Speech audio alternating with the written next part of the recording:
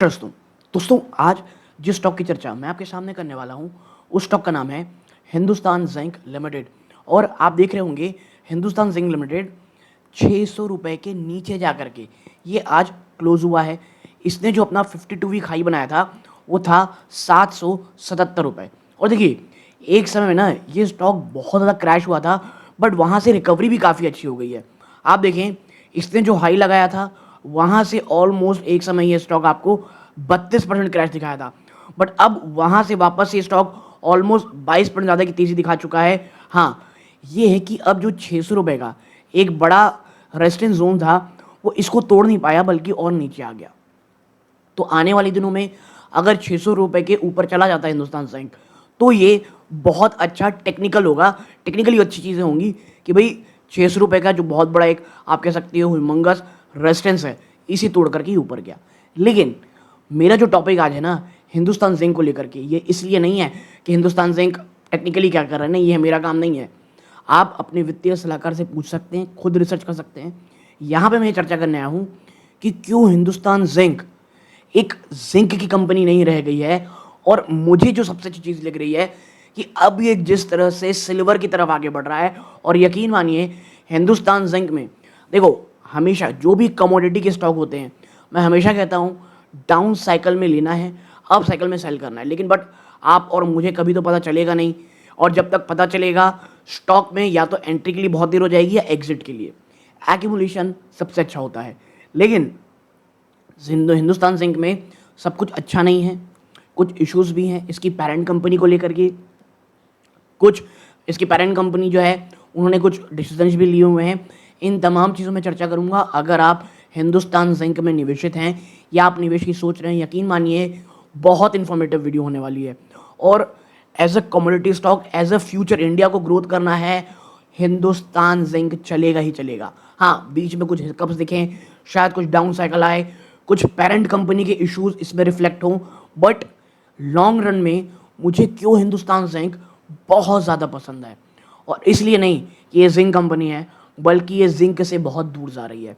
Okay, मैं आपसे एक रिक्वेस्ट करूंगा, इस वीडियो को लाइक कर लीजिएगा, चैनल को प्लीज़ सब्सक्राइब ज़रूर कीजिएगा, और अभी तक आपने इस वीडियो को अगर आपने हाइप नहीं दिया है सो प्लीज़ हाइप भी ज़रूर कीजिएगा।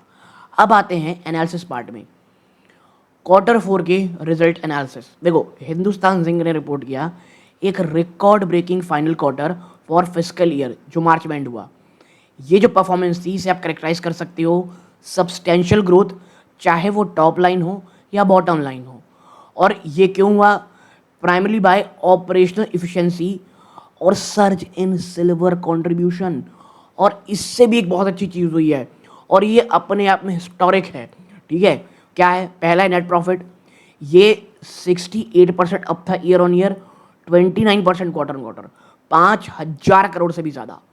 रेवेन्यू 49% अप, यानी रेवेन्यू ईयर ऑन ईयर 49% आपका अप हुआ है 13,544 करोड़ में।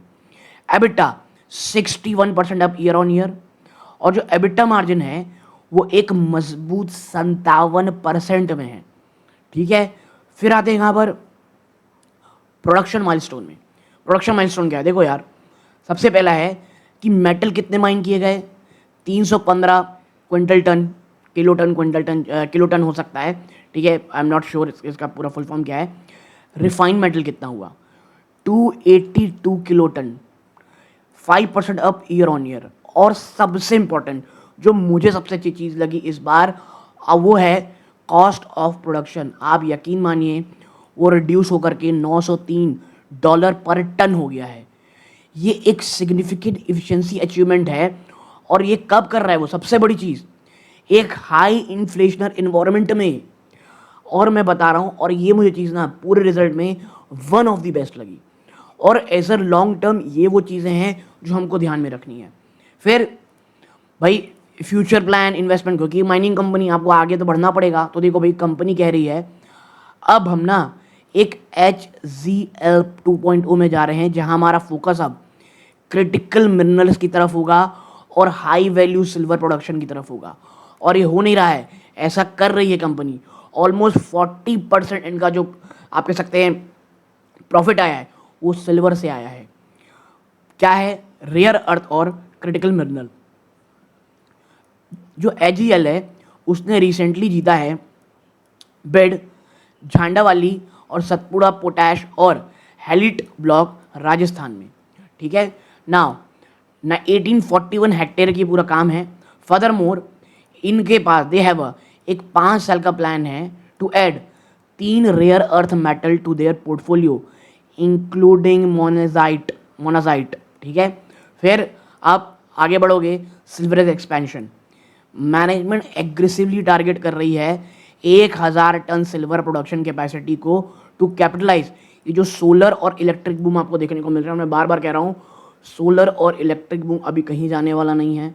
ठीक है, सिल्वर की ज़रूरत पड़ती ही है, तो सिल्वर को लेकर के इसीलिए मैनेजमेंट इतनी ज़्यादा बुलिश है। और बात करें Q4 26 में, सिल्वर ऑलरेडी 45%, माफ़ कीजिएगा मैं 40 बोला था, 45% ऑफ टोटल प्रॉफिटेबिलिटी दिखा रही है।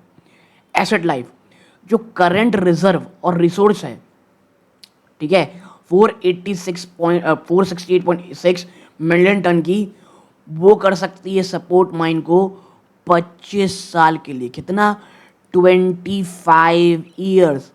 तो यानी अगर आप ये सोच रहे हो माइनिंग अगर ख़त्म होने नहीं, 25 साल का भी जुगाड़ है अपने पास। तो ये तमाम चीज़ें एक बहुत ही अच्छी पिक्चर, इफ़िशिएंट पिक्चर। देखो अप्स एंड डाउन्स मैं बार बार कह रहा हूँ होंगे। स्टॉक प्राइस को अगर इसलिए कह रहा हूँ यहाँ से 6 गुना हो जाएगा, प्लीज़ नहीं होगा। लेकिन हाँ, ये स्टॉक आपको रिटर्न दे सकता है, इसकी सारी काबिलियत है। अब कल को कुछ मैनेजमेंट या कुछ हजार्डस कुछ ना हो जाए, या पोल्यूशन को लेकर कुछ चीज़ें अटक जाती हैं, वो एक डिफरेंट स्टोरी होती है। तो एज ए इन्वेस्टर वो कौन सी चीज़ें जो आपको ट्रैक करनी है, तो देखो सिर्फ जिंक प्राइस को नहीं देखनी है, हमको कुछ स्पेसिफिक लीवर्स देखने हैं। LME सिल्वर प्राइस, देखो गिवन दैट सिल्वर अपना ड्राइव कर रहा है nearly half of the profit, जो SSL is increasingly a silver play rather than just a zinc play. ठीक है, तो सिल्वर का जो आप कह सकते हैं पोर्शन है प्रॉफिट में, वो यहाँ से कितनी तेज़ी से बढ़ रहा है, स्टेगनेंट है या डिक्लाइन है, ये आपको ट्रैक करते रहना है। कॉस्ट ऑफ प्रोडक्शन, हमको ये देखना है कि क्या कंपनी मेंटेन कर पा रही है ये जो 1000 टन पर लेवल है, उसके नीचे डॉलर पर लेवल है उसके नीचे। और ये एक ना सबसे बड़ा डिफेंसिव मोड है अगेंस्ट जो LME प्राइस वॉलेटिलिटी है। फिर कहाँ आते हैं हम?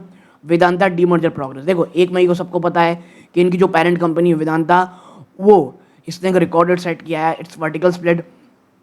और जो एजल है वो remain under the residual Vedanta entity. और जो डेट एलोकेशन है फ्रॉम द पेरेंट टू एजल और its impact on dividend pay out, ये बहुत ज़्यादा क्रिटिकल है। तो अब वेदांता जो है आप कह सकते हो उसकी पेरेंट कंपनी है ये, इसने जो कंपनी अलग कर ली उनको ये डेट एलोकेट नहीं होगा।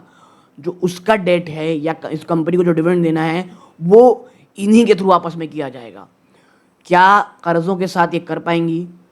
क्या डिविडेंड ये जितना अच्छा पिछले दे रही थी वो आगे भी दे पाएंगी? ये एक इंपॉर्टेंट चीज़ है आपको समझने के लिए। ओके, फिर आप बढ़ते हो आगे कि भाई वो साइलेंट न्यूज़ जो कई रिपोर्ट्स में नहीं आ रही हैं, बहुत से ब्रोकरेज रिपोर्ट है वो फोकस कर रही है एबिटा में, LME प्राइसेस में।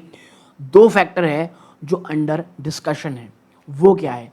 पहला है पोटाश एंट्री। ये जो इन्होंने जीता है ना पोटाश ब्लॉक, ये एक बहुत ही इंपॉर्टेंट स्ट्रैटेजिक एंट्री है फर्टिलाइजर रॉ मटेरियल की। जी आप सुनते, अगर आप खेती या किसान या खेती से कहीं भी जुड़े होंगे, पोटाश आप सुने ही होंगे इस वर्ड को। ठीक है, और जो इंडिया है ना वो इंपोर्ट ऑलमोस्ट सभी पोटैश को करता है।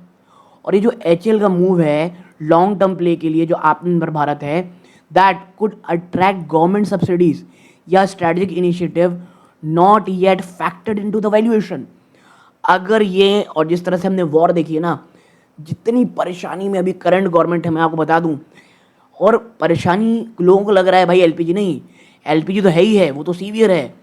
फर्टिलाइजर, यूरिया, अब क्रूड ऑयल और आपके साथ बहुत सारे इश्यूज के साथ इकट्ठा भारतीय अर्थव्यवस्था जूझ रही है। ठीक है, ये 2008 टाइप का बहुत ही आपको फैंसी चीज़ नहीं लग रहा होगा अभी, लेकिन 120 बिलियन डॉलर, $120 प्रति बैरल में क्रूड ऑयल चलते रहना, ठीक है, वॉर लगातार बढ़ना, एक पागल आदमी का बैठे रहना ऊपरी अब दुनिया के सबसे शक्तिशाली देश में, बहुत टफ चीज़ें चल रही हैं। फिर है the zinc air battery pivot, ये इंपॉर्टेंट है, आप पढ़िएगा। सब्सटेंशियल इंटरनल रिसर्च डेवलपमेंट है, ये शिफ्ट हो रही है towards zinc based energy storage system, ESS, क्योंकि जो लिथियम है वो बहुत ज़्यादा सप्लाई चेन हर्डल देख रहा है, एज पोजीशन कर रहा है जिंक एयर बैटरी स्पेस को एज डोमेस्टिक सप्लायर। और मैं बता दूं ये ब्लैक हॉर्स ग्रो ड्राइवर होने वाला है लेट 2020 में, ठीक है। लेट 2020 मतलब 27, 27, 28, 30। और मुझे लगता है होगा नहीं होगा यार, पिछले कुछ समय से हमने बहुत बातें सुनी है, ग्रीन हाइड्रोजन बदल देगा, इथेनॉल सब बदल दे, क्रूड ऑयल का दाम नीचे ले आएगा, मतलब हमने बहुत कुछ सुना है। लेकिन हम हर चीज़ को पिंच ऑफ सॉल्ट में लेते हैं, और मैं भी इसे पिंच ऑफ सॉल्ट में लेता हूँ। लेकिन क्या ये इम्पॉसिबल है? क्या ऐसा कभी हुआ नहीं हुआ है?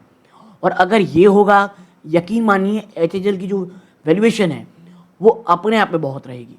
और एक चीज़ मैं आपको बता दूं, बहुत समय से ना सिल्वर के बिजनेस को अलग करने का वेदांता सोच रहा है। जी हाँ, और मुझे ऐसा लगता है जिस दिन ये 50-50 रेशियो को पलट लेगा ना, आप कह सकते हैं ऐड कर लेगा, आप देखेंगे ये जो चीज़ है जिंक सिल्वर को अलग करने का, वो और ज़्यादा एग्रेसिव पुश करेगा। एग्रेसिव वो अभी भी पुश कर रहे हैं, मैं आपको ये बता दूं, वो तो भारत सरकार है, वो करने नहीं दे रही है आपको, ठीक है।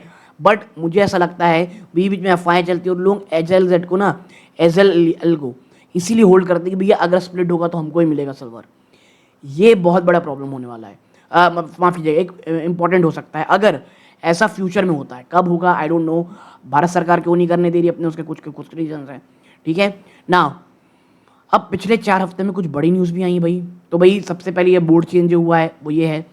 फिर है क्रिटिकल मिनरल बिड, जो फॉर्मल नोटिफिकेशन है राजस्थान में जीतने की पोटैश को, ये पहला मेजर डाइवर्सिफिकेशन था out of zinc lead silver in year. देखो Hindustan Zinc Limited zinc lead और सिल्वर में काम करता था बहुत समय से। अब जो ये चीज़ हो गई है ये कि अब ये नेक्स्ट फेज ऑफ चीज़ें हो रही है पोटैश को लेकर के, ये एक बहुत बड़ा स्ट्रेटेजिक इनिशिएटिव है और बहुत इंपॉर्टेंट भी था, ठीक है। सो एज अ इन्वेस्टर अगर आप SSL में डाल रहे हो, मुझे ऐसा लगता है ये जो इन्फॉर्मेशन हैं बहुत अच्छी लगी होंगी आपको। अगर ये वीडियो अच्छा लगा लाइक कीजिएगा, चैनल सब्सक्राइब जरूर कीजिएगा। ये इस वीडियो का अंत है।